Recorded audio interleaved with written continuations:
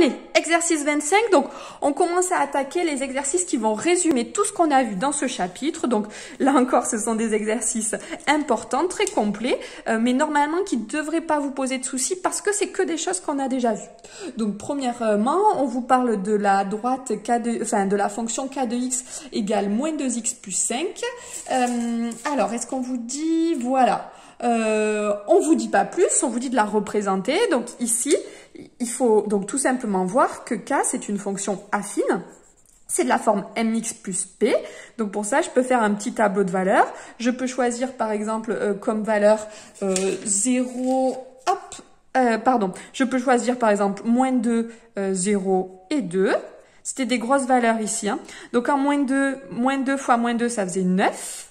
Plus, ça faisait 4, plus 5, ça fait 9, pardon. Moins 2 fois 0, ça fait 0, plus 5, ça fait 5. Moins 2 fois 2, ça faisait moins 4, plus 5, ça faisait donc 1. Ici, si par exemple, vous aviez tracé un repère comme ça et que vous voyez que vous ne pouvez pas placer ce point 9, et bien tout simplement, vous choisissez un autre point, vous voyez 3 ou 4, par exemple, si j'avais calculé pour 3, moins 2 fois 3, ça fait moins 6, plus 1, ça fait moins 1. N'hésitez pas dans ce cas-là à utiliser 3 points. Voilà, si vous avez une valeur qui n'est pas faite avec ce que vous avez prévu pour tracer, et ben vous choisissez tout simplement une autre valeur. Donc en moins 2, ça fait 9. En 0, ça fait 5. En 2, ça fait 1. Et on peut même placer en 3, ça fait moins 1. Si mes points sont alignés, si je ne me suis pas trompée dans mes calculs, mes points seront alignés. C'est le cas ici, tout va bien. Et donc, je peux tracer ma droite. Voici la courbe de la fonction k. C'est donc une droite. On peut vérifier en se mettant n'importe où sur la droite et en se déplaçant de 1.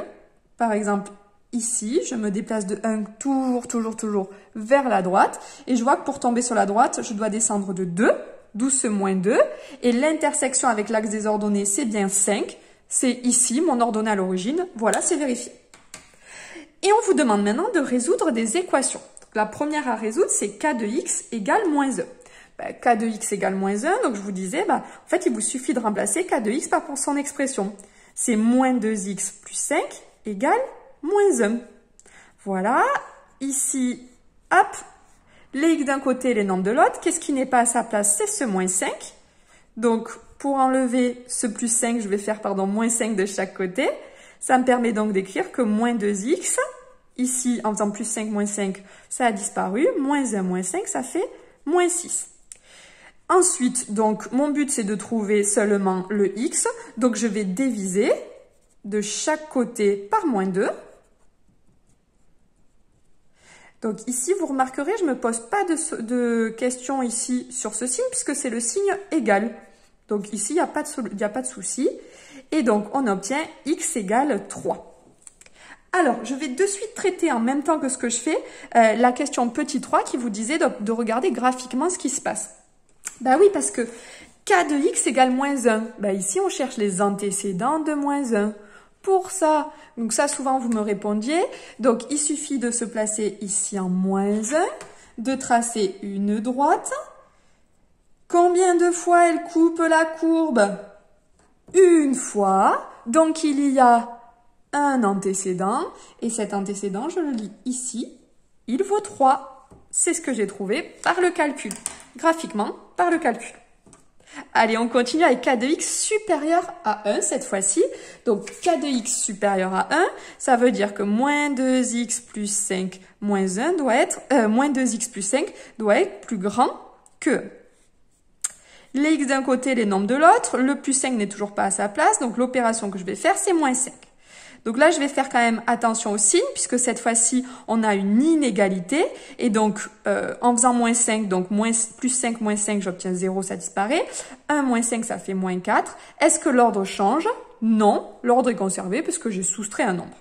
Et maintenant, donc l'opération que je veux faire, c'est un divisé par moins 2, parce que je veux pas moins 2x, je veux seulement x. Lorsque je divise par moins 2, maintenant on est bien habitué grâce à l'exercice qu'on a corrigé avant, l'ordre change, hop, et on obtient donc x qui va être plus petit que 2. Allez, on va vérifier donc graphiquement notre solution. K de x supérieur à 1, donc pour ça, je me mets à 1, je trace ici, et je regarde tout ce qui est au-dessus de 1. Donc, toute la courbe qui est au-dessus de 1, c'est tout ce qu'il y a ici, tout ce qu'il y a ici.